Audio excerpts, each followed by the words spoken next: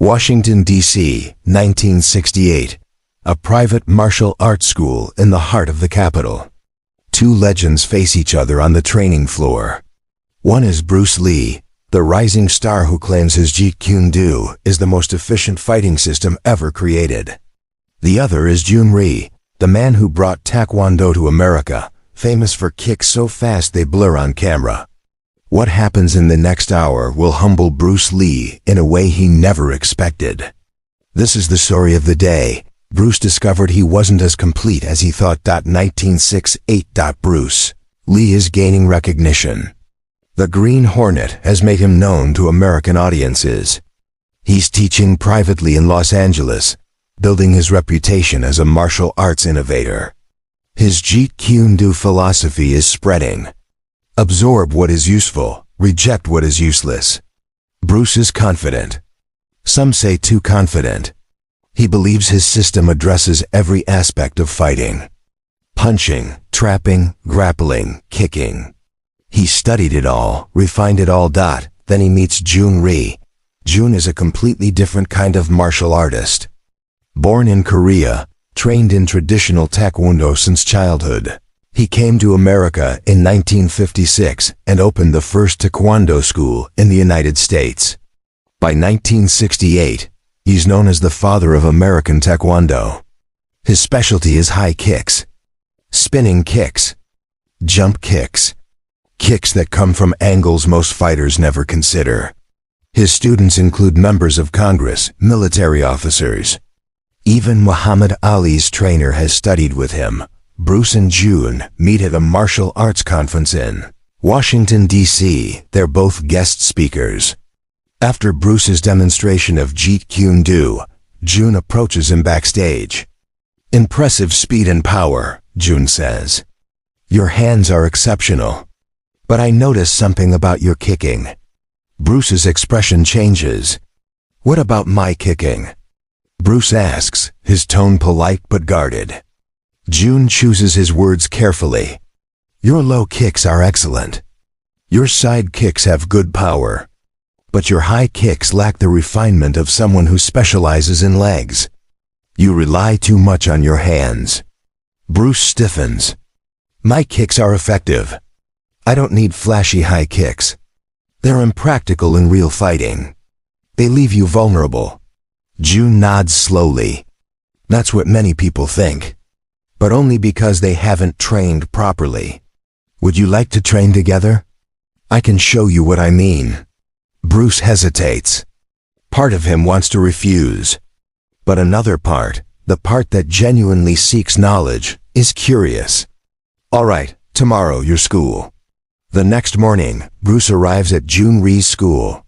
It's a large, professional facility. Jhoon greets Bruce warmly and leads him to a private training area. "First, show me your best high kick," Jhoon requests. Bruce throws a high roundhouse kick aimed at head level. It's fast, it has power, but Jhoon watches critically. Again, but slower. Bruce throws the kick again in slow motion. Jhoon observes his hip rotation, his chamber, his balance. "I see the problem," Jhoon says. "Your kick comes from your gung fu background. You generate power from waist rotation and snap. It works for low and mid-level kicks. But for high kicks, you need different mechanics. Your hip isn't opening fully. Your supporting leg isn't pivoting enough. That's why you think high kicks are impractical. You're doing them wrong." Bruce's jaw tightens. Nobody tells Bruce Lee he's doing something wrong. Jhoon continues. "Let me show you." Jhoon, who is 48 years old, 20 years older than Bruce, steps back. Without any warm-up, he throws a high roundhouse kick. His leg shoots up to head height so fast Bruce barely sees it. The snap at the end creates an audible crack in the air. "That's a proper high kick," Jhoon says calmly. Bruce is impressed but tries not to show it. "That's fast. But in a real fight, I could counter that before it lands." Jhoon smiles. "Perhaps. Would you like to try?" They put on light protective gear. Just headgear and gloves. They bow to each other and square up. Bruce takes his Jeet Kune Do stance. Jhoon takes a traditional Taekwondo stance. For a few seconds, they measure distance. Then Bruce attacks first. He throws a quick jab and cross combination. Jhoon blocks easily and immediately counters with a front snap kick to Bruce's midsection. Fast. Bruce barely blocks it. Bruce tries again, this time mixing in a low kick. Jhoon checks it and immediately fires a roundhouse kick to Bruce's ribs. The kick lands clean. Bruce feels it. That kick had serious power. Bruce backs up, reassesses. Jhoon isn't just fast, he's strategic. Every time Bruce commits to a hand technique, Jhoon is already kicking. Bruce tries to close the distance, to get into trapping range where his hands can dominate. But Jhoon maintains distance perfectly with front kicks and side kicks. Then Jhoon does something Bruce doesn't expect. He throws a spinning hook kick. The kick comes from Bruce's blind side. Bruce tries to duck, but the kick grazes his headgear. If it had been a real fight, that kick would have knocked him out. Bruce is stunned. He's always dismissed spinning kicks as too slow, too telegraphed. But Jhoon's spinning kick was neither. They continue sparring for another 10 minutes. Bruce tries everything. He tries to rush in and grapple. Jhoon's footwork keeps him at kicking range. He tries to counter Jhoon's kicks with punches. But Jhoon's kicks are faster. He tries low kicks to chop down Jhoon's legs. Jhoon checks them effortlessly and counters with jumping kicks. By the end, Bruce is breathing hard, frustrated, and humbled. Jhoon stops and bows. You have incredible skill, Bruce. Your hands are faster than anyone I've ever seen. But you're limiting yourself. High kicks aren't just for show. When done correctly, they're as effective as any hand technique.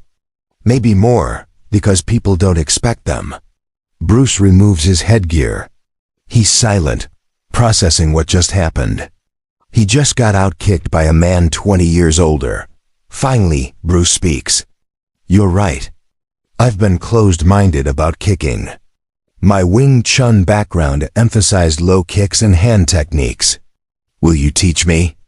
Jhoon smiles. Of course. But you have to be willing to go back to basics. Can Bruce Lee become a student again? Bruce nods. I can. My philosophy is to absorb what is useful. What you showed me today is useful. For the next 3 days, Bruce trains every morning with Jhoon Rhee. They work on hip flexibility, pivot mechanics, chamber technique, different types of kicks. Axe kicks, crescent kicks, spinning back kicks, jump spinning hook kicks.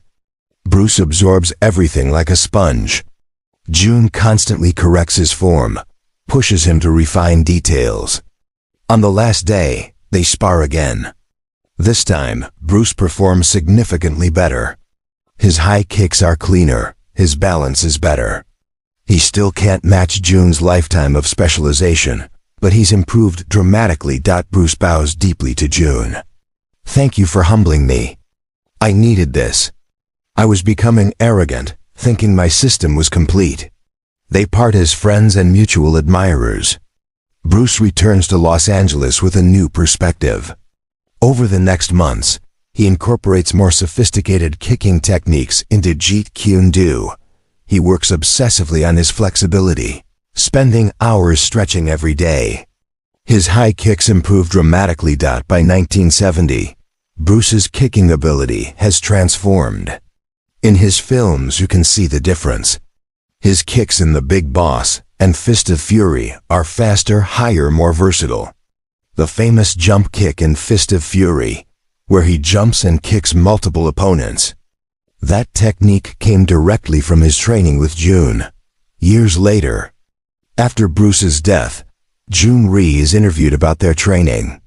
Bruce Lee was the most humble genius I ever met, Jhoon says. When I first criticized his kicking, I expected him to be defensive. Instead, he asked me to teach him. That's the mark of a true martial artist. Bruce understood that mastery is a journey, not a destination. Chuck Norris, who was friends with both, later confirmed the story. Bruce told me about training with Jhoon. He said it was one of the most important weeks of his martial arts education. Jhoon showed him that specialization matters. Bruce respected that.